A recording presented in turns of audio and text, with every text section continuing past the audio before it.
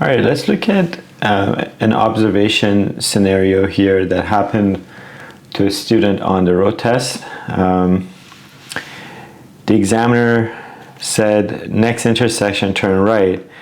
And as the student was coming up, there was congestion in front of them, there was a red light up ahead, and they saw a little bit of an opening here, and there was a bit of space here, right? And so they thought, oh, well, maybe there's a lane here for the right turn. So they were trying to come into this area, and the examiner said, where are you going? There's no lane there. And that was the end of the test.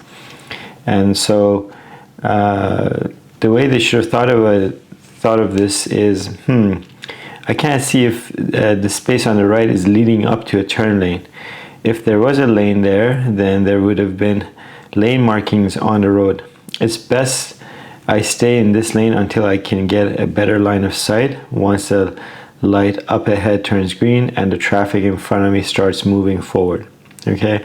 And then the examiner was thinking, good, I'm glad they didn't try to create their own lane where one does not exist. Okay? So this is another thing is, let's say this traffic wasn't stopped.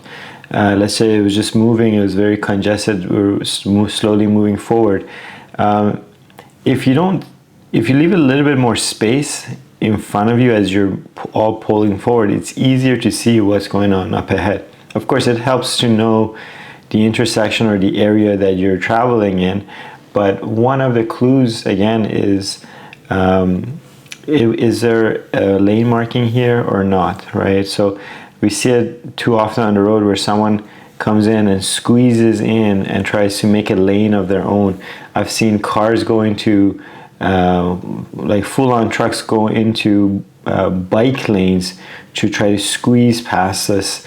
Let's say we're at this intersection, they try to squeeze past into the bike lane to make this turn. It's like, there's no lane there, don't create a lane, right? So pay attention so that you don't get caught off guard on the test or in general on the road. It doesn't matter about it being on the test or not.